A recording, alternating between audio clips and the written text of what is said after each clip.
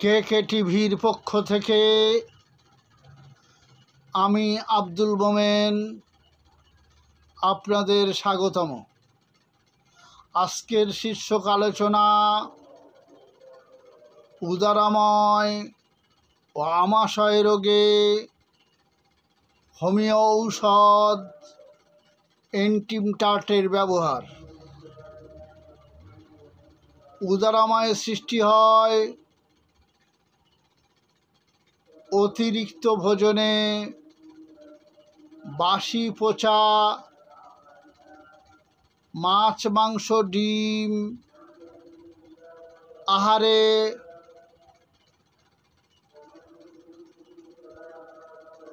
গরমের দিনে অতিরিক্ত ঠান্ডা পানীয় সেবনে,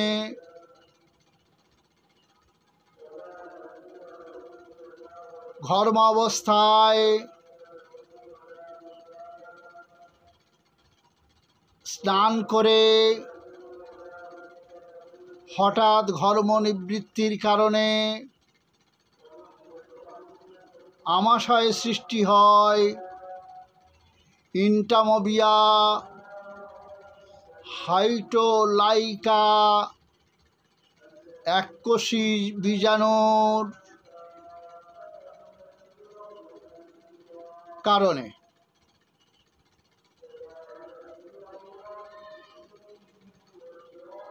ইয়ার দ্বারায় বহুদিন যদি ভোগা হয় তাহলে নাড়িতে ক্ষত,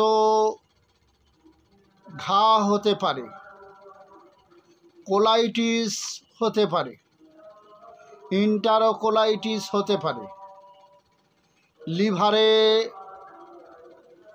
হেপাটাইটিস বা অ্যাবসেসও হতে পারে। আসি এন্টিমটাটের ব্যবহারের আলোচনায়। এন্টিমটাটে বমি থাকে, বমি খুব কষ্টে কষ্টে করতে হয়। বমি করতে করতে কপালে ঠান্ডা শীতল ঘাম এসে যায়। জিহ্বায় হালকা সাদাটে লেপ থাকে বটে, কিন্তু এন্টিম ক্রুডের মতো অত পুরু নয়। ডান পাশে শয়ন করলে বমির একটু উপশম হয়।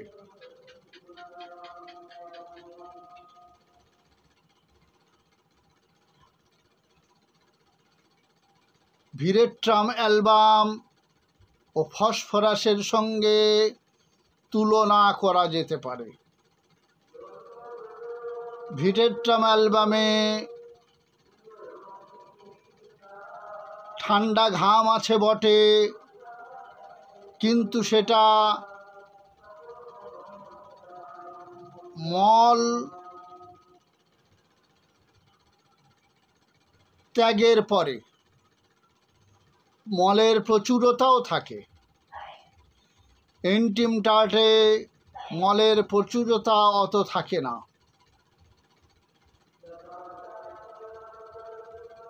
ভিরেট্রামে মলত্যাগের পরে দুর্বলতা দেখা দেয়। এন্টিমটাটে বমির পরে দুর্বলতা দেখা দেয়। ফসফরাসে অতিরিক্ত ক্ষুধা আছে। এন্টিমটাটে খাওয়ায় বরং অনিচ্ছা প্রকাশ করে, অত বেশি ক্ষুধা থাকে না।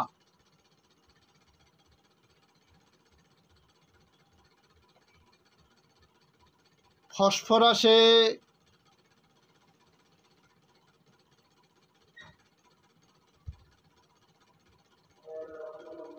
ক্ষুধা অত বেশি থাকে না।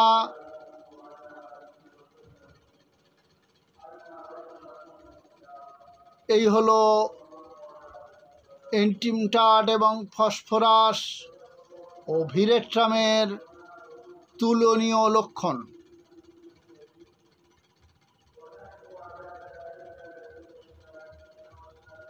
আজকের দিনের মতো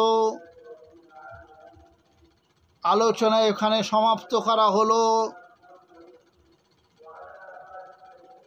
কেকে টিভি বাসন্তী দেখতে থাকুন, সুস্থ থাকুন।